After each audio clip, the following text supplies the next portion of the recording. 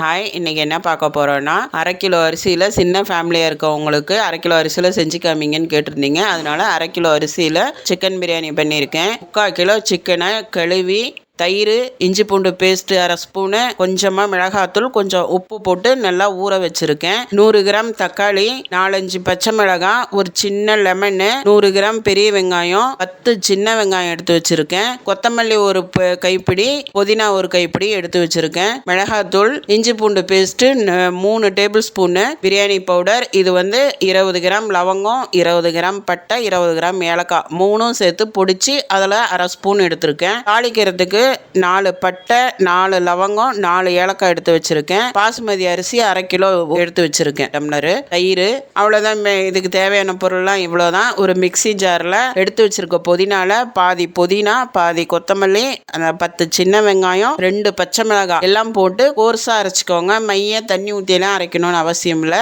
சும்மா லைட்டாக 1-2 இருந்தால் போதும். அரைச்சி எடுத்து வச்சுக்கோங்க. எடுத்து வச்சுட்டு அடுப்பில் வச்சுக்கோங்க. சூடானதும் 100 ml எண்ணெய் உங்கள் விருப்பம், எது வேணாலும் சேர்த்திக்கலாம். கல்லெண்ணெய், ரீஃபண்ட் ஆயில் எது வேணாலும் சேர்த்திக்கலாம். 100 ml நெய் சேர்த்துருக்கேன். நெய்யும் எண்ணெயும் சூடாகிற வரைக்கும் வெயிட் பண்ணுங்கள். வெயிட் பண்ணிவிட்டு உங்களுடைய விருப்பம் தான், எந்த ஆயில் வேணாலும் சேர்த்திக்கலாம். எண்ணெய் சூடானதுமே எடுத்து வச்சிருக்க பட்டை, ஏலக்காய், லவங்கம் எல்லாம் போட்டு பொரிய விடுங்க. பொரிஞ்ச உடனே நறுக்கி வச்சிருக்க பெரிய வெங்காயம் போட்டு நல்லா வதக்குங்க. வெங்காயம் வதங்குறதுல தான் பிரியாணி டேஸ்ட்டே இருக்குது. அதனால வெங்காயத்தை நிதானமாக நல்லா பொரிய விடுங்க.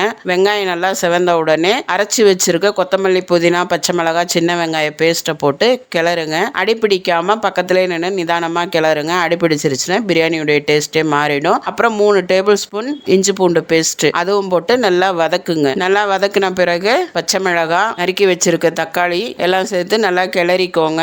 அடிப்பிடிக்காமல் நல்லா நிதானமாக கிளறி விடுங்க. தக்காளி கொஞ்சம் நல்லா மசிஞ்சு வரணும், அது வரைக்கும் வதக்குங்க. உப்பு ஒரு டேபிள் ஸ்பூன் போட்டுக்கோங்க. அதையும் சேர்த்து நல்லா வதக்குங்க. நல்லா வதங்கின உடனே தக்காளி மசிஞ்சு வதங்கின உடனே மீதி இருக்க கொத்தமல்லி, புதினா எல்லாம் போட்டு வதக்குங்க. வதக்கின பிறகு 2 டேபிள் ஸ்பூன் தயிர் ஊற்றிக்கோங்க. தயிர் போட்டு 1 டேபிள் ஸ்பூன் மிளகாத்தூள் போடுங்க. மிளகாத்தூள் உங்கள் விருப்பம், காரம் கூட வேணும்னா கொஞ்சம் சேர்த்திக்கோங்க, கம்மியாக வேணும்னாலும் கம்மி பண்ணிக்கோங்க. சிக்கன் பிரியாணி கொஞ்சம் காரமாக இருந்தால் தான் நல்லாயிருக்கும். அதையும் போட்டு வதக்கின உடனே எடுத்து வச்சிருக்க சிக்கன் எல்லாம் எடுத்து அந்த மசாலாவில் போடுங்க.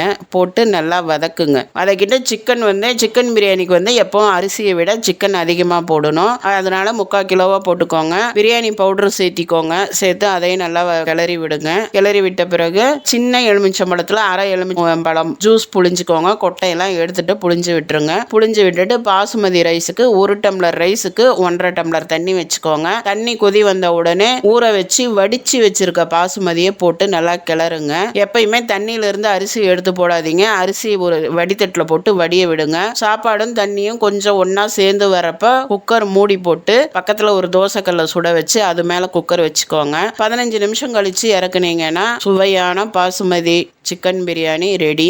ஒரு தட்டில் பரிமாறிக்கலாம். தயிர் ரைத்தாவோட பரிமாறிக்கலாம். நாளைக்கே இந்த ரெசிபி செஞ்சு பாருங்க. பிடிச்சிருந்தா லைக் பண்ணுங்க, சப்ஸ்கிரைப் பண்ணுங்க. எல்லாருக்கும் அட்வான்ஸ் தீபாவளி வாழ்த்துக்கள். எல்லாம் சேஃபாக சந்தோஷமாக தீபாவளி கொண்டாடுங்க.